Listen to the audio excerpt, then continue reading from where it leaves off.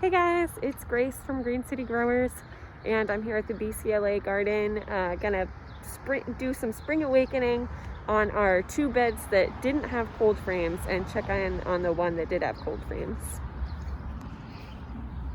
So the first thing I want to show you all is, woohoo, no more cold frames on our cold frame bed, and you'll notice something is going on. There's definitely some growth happening. But I don't know, do you think this is what our arugula should look like? I don't think so. So what's happening now is the arugula and looks like a lot of the other brassica plants, so remember those really cold hardy plants like our bok choy and our kale in the back, and even some of our turnips have started to bolt. So they're starting to put all their energy into making seeds rather than roots and greens. And you'll see a little fuzzy flower head starting to form. It's not really zooming in right now. But here's a perfect example.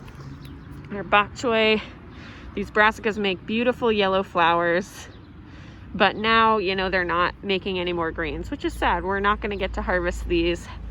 But our scallions look absolutely amazing. And even our lettuce is doing pretty well too. And we have a nice little strawberry plant that's looking very perky. So I'll probably pull these bolted plants out and replace them with something next time I'm here. The second thing I want you to take a look at is just the difference between one of our 4x8s that had a lot of cover crop growth, that had hay on it, has garlic in it, versus this bed here, which didn't have as much cover crop. It did have hay. So the one thing I'm noticing is the soil surface looks a lot more dry and dusty, and it also feels pretty hard. So it takes a lot of effort for me to sink my fingers down in there. So this one's a little bit more compacted, and there's not as much organic matter that's going to be worked into the soil. Over here, you'll see we have some really rich, dark soil, as well as some oats that are still doing really, really well. Remember, oats are a component of our cover crop. And it doesn't take just as much effort to sink my finger in there.